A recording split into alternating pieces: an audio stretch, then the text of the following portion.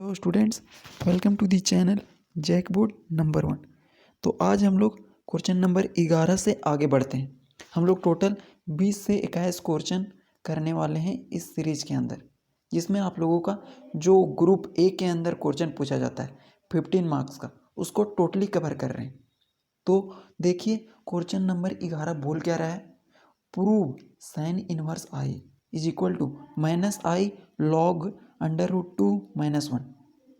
ये दिया हुआ वैल्यू साइन इनवर्स आई और प्रूव क्या करना है, minus of i log under root 2 minus 1 को प्रूव करना है। अब ये टर्म को देख करके ना डरना नहीं है। ये सबको आई का मतलब आयोटा है। साइन इनवर्स तो आप लोग 12th में देखे ही हो, तो ये सबसे डरना नहीं है। और इस क्वेश्चन में ना बहुत सारा पिछला कॉन्सेप्ट का यूज किया जाएगा, तो उसको भी बताया जाएगा ताकि आप लोग अच्छे से समझ सको। तो देखिए, ये LHS को RHS के बराबर प्रूव करना है, तो हम लोग प्रूव में ज़्यादातर क्वेश्चन में माना जाता है, तो हम लोग मानते हैं। देखिए साइन इनवर्स आई है ना, उसको हम लोग मानेंगे थीटा के बराबर। लेट साइन इनवर्स आई को हम लोग मान लेते हैं थीटा। तो यहाँ से जो आई का वैल्यू निकलेगा वो क्या निकलेगा, साइन थीटा। अब इसका हम लोग ना आगे यूज करेंगे। तो साइन थीटा का वैल्यू निकल गया। अब हम लोग निकालेंगे कॉस थीटा का वैल्यू, क्योंकि हम लोग को पता है कि कॉस थीटा है ना, वो होता है under root 1 minus sine square theta. ये वैल्यू होता है, हम लोगों को पता है। अब ये कैसे होता है, इसका देखिए कॉन्सेप्ट समझ लीजिए। यदि नहीं पता है कि कॉस थीटा का वैल्यू ये कैसे होता है, तो हम लोग एक फॉर्मूला पता है, cos square theta plus sine square theta is equal to 1। ये मेन फॉर्मूला होता है। तो यहाँ से हम लोग कॉस थीटा का वैल्यू निकालेंगे, तो वो हो जाएगा 1 माइनस साइन स्क्वायर थीटा, और यहाँ से कॉस थीटा हो जाएगा under root 1 minus sine square theta. तो वही लिखा गया है कॉस थीटा का वैल्यू, कि हम लोगों को पता है। अब इसको हम लोग ना आगे सॉल्व कर देंगे। तो यहाँ से हो जाएगा 1 माइनस साइन थीटा का वैल्यू देखिए आई है, और यहाँ पे स्क्वायर है, तो यहाँ से हो जाएगा आई का स्क्वायर। ये समझ में आया ना कि साइन स्क्वायर थीटा है, तो साइन थीटा का वैल्यू आई दिया हुआ है, तो यहाँ पे आई रखे, और स्क्वायर था तो स्क्वायर रख दिए। और हम लोग जानते हैं ना कि जो आई स्क्वायर का वैल्यू होता है वो -1 होता है। आई स्क्वायर का वैल्यू जो होता है वो -1 होता है। देखिएगा, ये हम लोगों को पता है, और नहीं पता है कोई बात नहीं, याद कर लीजिए। तो हम इसके अंदर पुट कर देंगे, तो 1 माइनस आई स्क्वायर का वैल्यू -1, तो यहाँ से हो जाएगा 1 प्लस 1। तो कॉस थीटा का जो वैल्यू निकला ना, वो देखिए अंडर रूट 2 निकला। कॉस थीटा का वैल्यू हम लोग अंडर रूट क्या निकाल दिए, 2 निकाल दिए। तो कॉस थीटा का वैल्यू निकाल दिए और साइन थीटा का भी वैल्यू निकाल दिए। अब हम लोग आगे की ऑल्सो लिखा जाएगा, यहाँ पे ऑल्सो लिखिएगा। और हम लोग एक चीज़ और जानते हैं कि e to the power i theta, ये क्या है, एक्सपोनेंशियल फंक्शन के बारे में बोल रहा है। तो ई के पावर आई थीटा का वैल्यू ये होता है cos theta plus i sine theta. ये होता है जैसे यहाँ पे हुआ है cos square theta plus sine square theta is equal to 1। इसी प्रकार से ये भी ना एक फॉर्मूला है कि e to the power i theta is equal to cos theta plus i sine theta होता है। अब इसके अंदर हम लोग साइन थीटा और कॉस थीटा का वैल्यू को पुट करेंगे। तो देखिए कॉस थीटा का वैल्यू अंडर रूट 2 है, लिख दिए, प्लस आई साइन थीटा का वैल्यू क्या निकला है, आई, तो यहाँ से हो जाएगा आई। और आगे हम लोग इसको बढ़ाएंगे तो 2 हो जाएगा अंडर रूट में, प्लस आई स्क्वायर। और आई स्क्वायर का वैल्यू अभी बताएं क्या होता है, -1। तो -1 यहाँ पे पुट करेंगे, तो देखिएगा e to the power i theta का जो वैल्यू निकलेगा वो क्या निकलेगा, √2 प्लस आई स्क्वायर का वैल्यू यहाँ से -1 पुट कर दिए, तो जो e to the power i theta का वैल्यू निकला ना वो निकला √-1। अब हम लोग इसमें लॉग ले लेंगे, क्या लेंगे, लॉग, टेकिंग लॉग, दोनों साइड है ना, सो हम लोग लॉग लेंगे, तो यहाँ से हो जाएगा log of e to the power i theta, और फिर से इधर ले लेंगे लॉग, तो यहाँ हो जाएगा √2-1। तो हम लोग जानते हैं कि जो भी चीज़ लॉग के पावर में रहता है वो मल्टीप्लाई हो जाता है सामने। तो देखिए log e to the power i theta है, ये आई थीटा है ना वो मल्टीप्लाई हो जाएगा इसके सामने यहाँ पे, तो ये आई थीटा हो जाएगा और ये हो जाएगा लॉग ई, और राइट साइड में इसी प्रकार से लॉग ऑफ √2-1। अब यहाँ पे कौन सा प्रॉपर्टी लगाया गया है वो आप लोगों को साइड में दिखा देते हैं। लॉग अगर कभी भी m के पावर n लिखा जाए ना तो इसका मतलब होता है कि जो पावर में है वो मल्टीप्लाई हो जाता है शुरू में, तो यहाँ से शुरू में मल्टीप्लाई हो जाएगा और यहाँ हो जाएगा लॉग m। ये प्रॉपर्टी का यूज किया गया है, ये लॉग का प्रॉपर्टी है।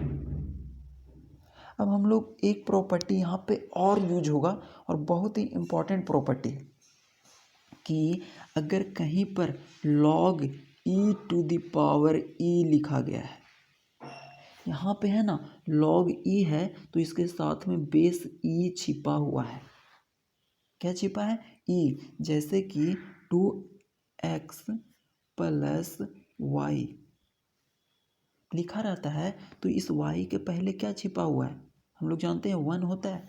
उसी प्रकार से कहीं भी अगर लिखा है ना log e तो उसके पहले e छिपा होता है। अगर कहीं पे लिखा गया है log x तो उसके बेस में e छिपा होता है। अगर कहीं पे लिखा गया है log t तो उसके बेस में फिर से e छिपा रहता है, यह पता होना चाहिए आप लोगों को। और log e और यहाँ पर भी e, अगर दोनों सेम चीज़ आ जाता है तो उसका वैल्यू क्या हो जाता है, 1। अगर देखिए ये इधर हम लोग कर रहे हैं, अगर कहीं पे लिखा गया है log x के बेस में भी x रहेगा ना तो उसका वैल्यू आ जाता है 1। मतलब दोनों अगर सेम चीज़ आ जाए तो उसका वैल्यू हमेशा 1 होता है।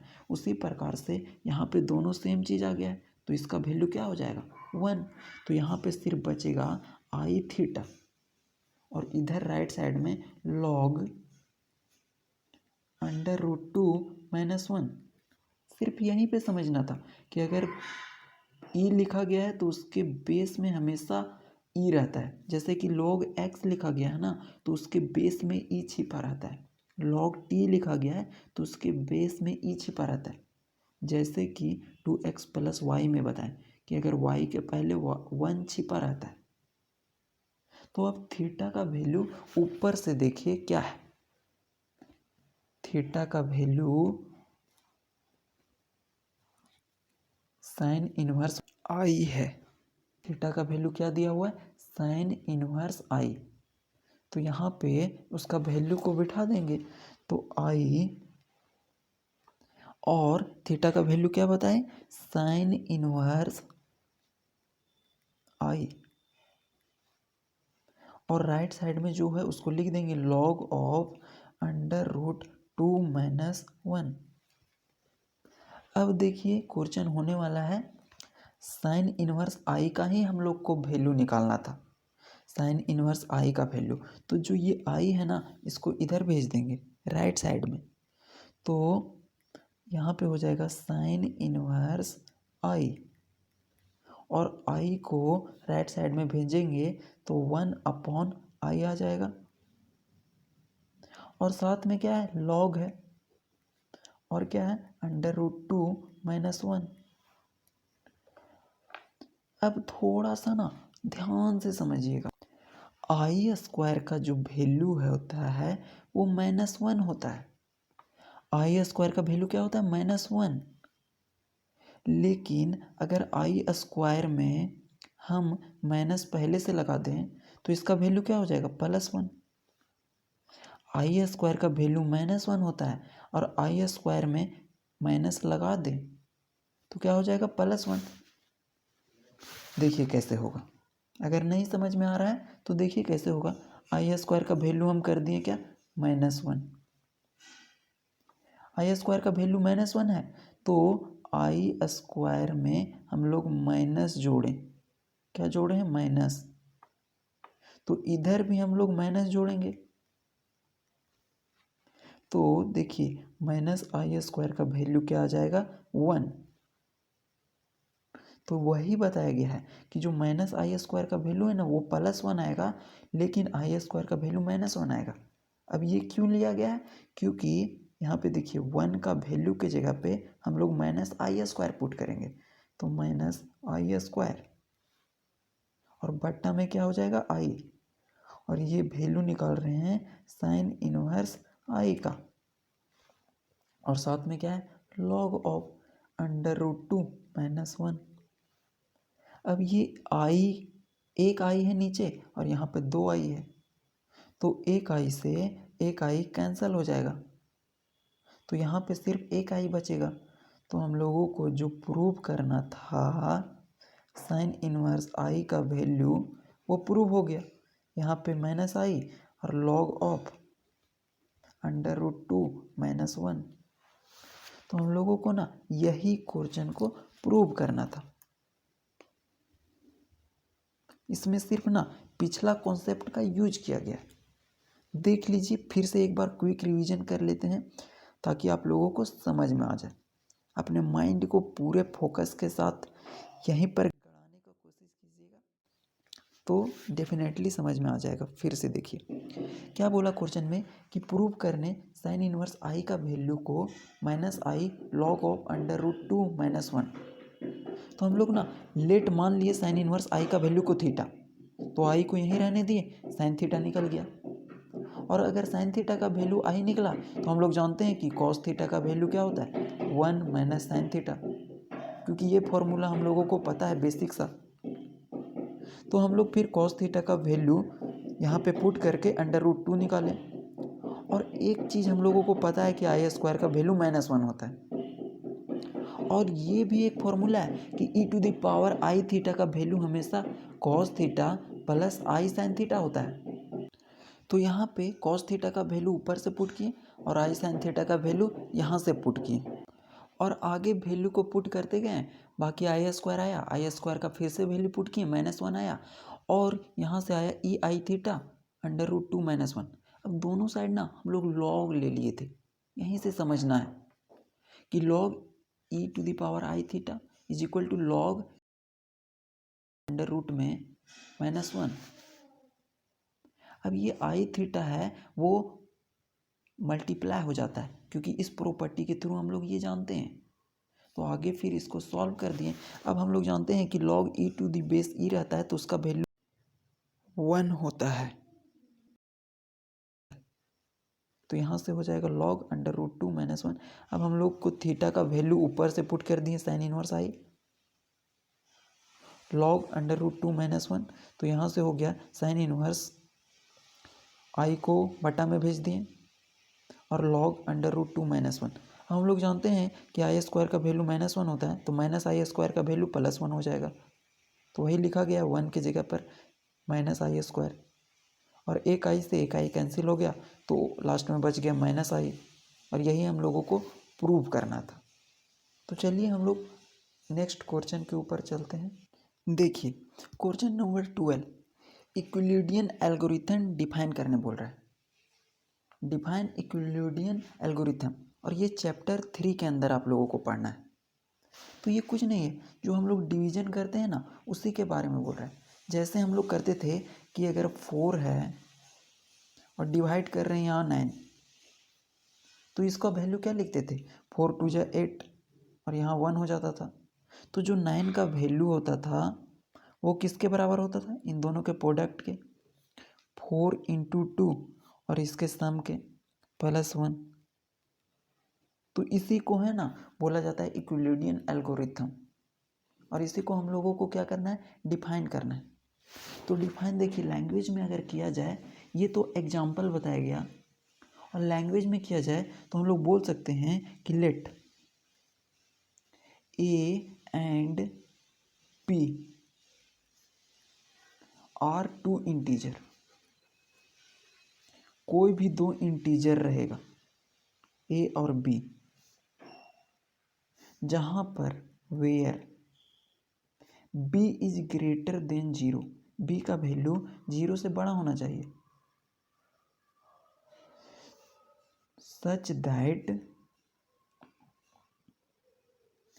a is equal to BQ + R। और यहाँ पे बता देंगे कि जो R का वैल्यू रहेगा ना वो b से तो छोटा रहेगा लेकिन 0 के बराबर या इक्वल रहेगा। वही लिखा गया है ना जो यहाँ पे बताया गया है।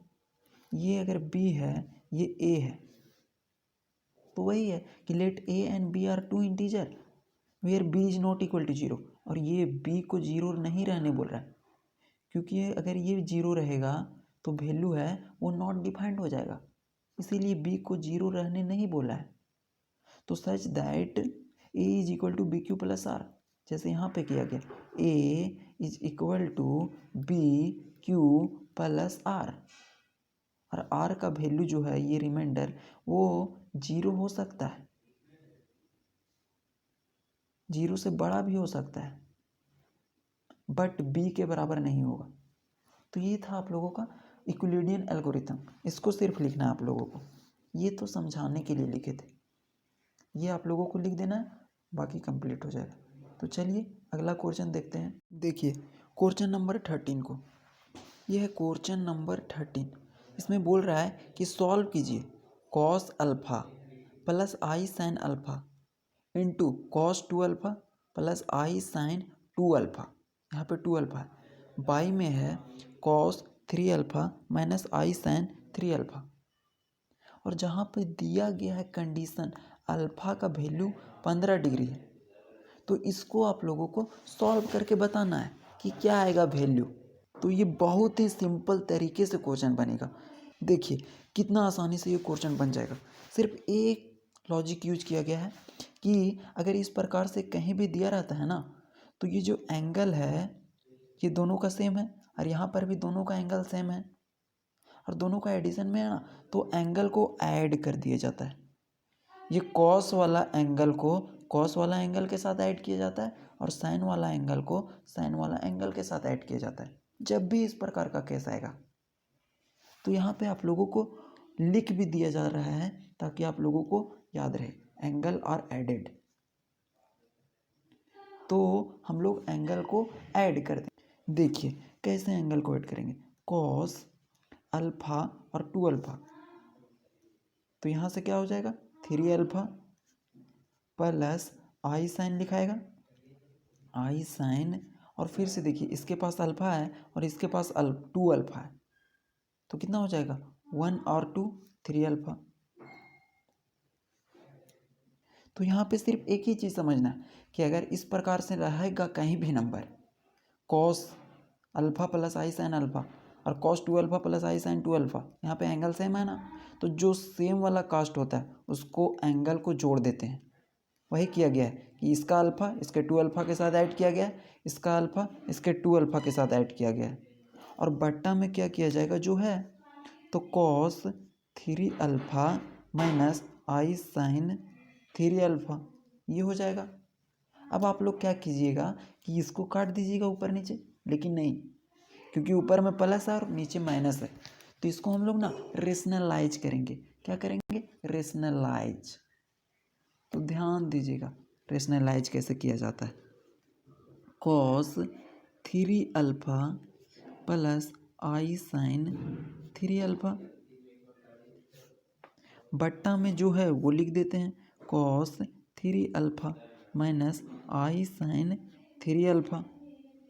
और रेशनलाइज कैसे किया जाता है, ये जो नीचे वाला टर्म रहता है, नीचे वाला टर्म होता है, उसके टर्म को ही यहाँ पे लिखना रहता है। बस यहाँ पे माइनस हो तो प्लस कर देना है। तो यहाँ हो जाएगा cos 3α प्लस आई साइन 3α। और बाई में हो जाएगा cos 3α प्लस आई साइन 3α। अब यहाँ पे देखिएगा कि यहाँ पे फिर से वही फॉर्मेट का है। 3α सेम एंगल है और आई साइन थीटा cos 3α। और यहाँ पर भी 3α दोनों सेम एंगल है। और जो फॉर्मेट यहाँ पे था ना, वही फॉर्मेट यहाँ पर भी है। तो फिर से एंगल क्या हो जाएगा, जुट जाएगा। तो हो जाएगा cos 3α प्लस 3α क्या होगा 6α। तो cos 6α हो जाएगा और प्लस आई साइन 3α प्लस 3α क्या हो जाएगा, फिर से हो जाएगा 6α। और हम लोग नीचे अगर सॉल्व करें तो ये हो जाएगा a माइनस बी और a plus b. a minus b और a प्लस बी का फॉर्मूला होता है a square minus b square, ये फॉर्मूला होता है। तो यहाँ से हम लोग a स्क्वायर करेंगे तो यहाँ से हो जाएगा cos स्क्वायर 3α, cos स्क्वायर 3α और माइनस आई का स्क्वायर हो जाएगा। तो यहाँ से हो जाएगा आई का स्क्वायर और साइन 3α का स्क्वायर, तो साइन स्क्वायर 3α। अब हम लोग का क्वेश्चन हो गया। देखिए cos 6 इंटू अल्फ़ा का वैल्यू क्या दिया हुआ है, अल्फ़ा का वैल्यू 15 दिया गया है। तो यहाँ से लिख सकते हैं 6 into 15 plus i sign 6 into 15, ये हो गया। अब इसको हम नीचे सॉल्व करें तो cos स्क्वायर 3α माइनस आई स्क्वायर का वैल्यू क्या बताए थे, -1 होता है। आई स्क्वायर का वैल्यू -1, तो यहाँ से हो जाएगा -1 और यहाँ से हो जाएगा साइन स्क्वायर 3α। अब देखिएगा कि cos 15 छः कितना होता है 90, cos 90 डिग्री और प्लस आई साइन 90 डिग्री। और यहाँ नीचे हो जाएगा cos स्क्वायर 3α माइनस माइनस क्या हो जाएगा प्लस, और यहाँ से हो जाएगा साइन स्क्वायर 3α।